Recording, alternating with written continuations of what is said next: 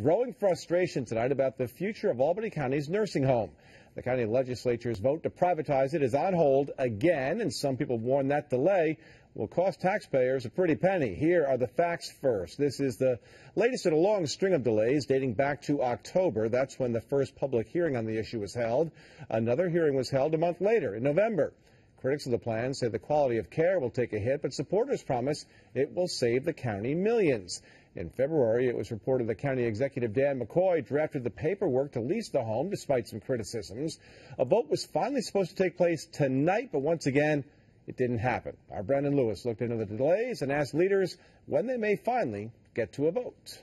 Well, right now it's next month at the earliest, but legislators were non-committed. Just last week, they asked for more information about alternatives. Meanwhile, Republicans have come out in support of privatization, so now it's just the divided Democrats who will decide if privatization will move forward. I don't want my money buying something I don't want. Another meeting, another round of public comment against privatization. We're going to keep coming. Let's see how many come that don't want it. But there was no legislation to sway, as we're still another month from the proposal even leaving committee. Last week, the Audit and Finance Committee tabled the plan.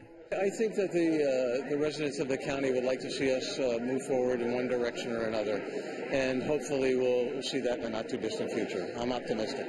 Do you think it'll actually happen next month, the vote? I don't know. I'm optimistic.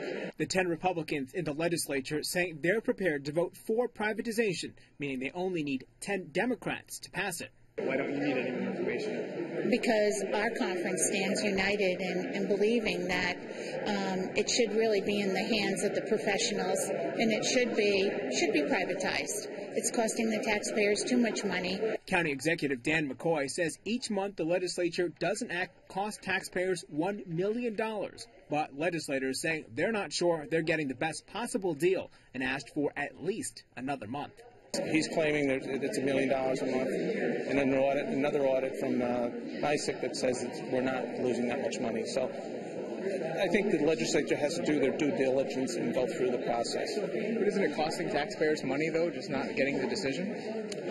I think one more month or two to make a good, educated, and informed decision. I think that's the way to go. Over the weekend, Republicans put out robocalls to voters in districts where legislators have come out against the plan. O'Brien told me he's going to vote with his conscience and was surprised by the calls. Ultimately, the sense tonight is there's not enough clear votes on either side, so it's stalled until it's clear one way or the other. In the newsroom, Brandon Lewis, CBS 6 News.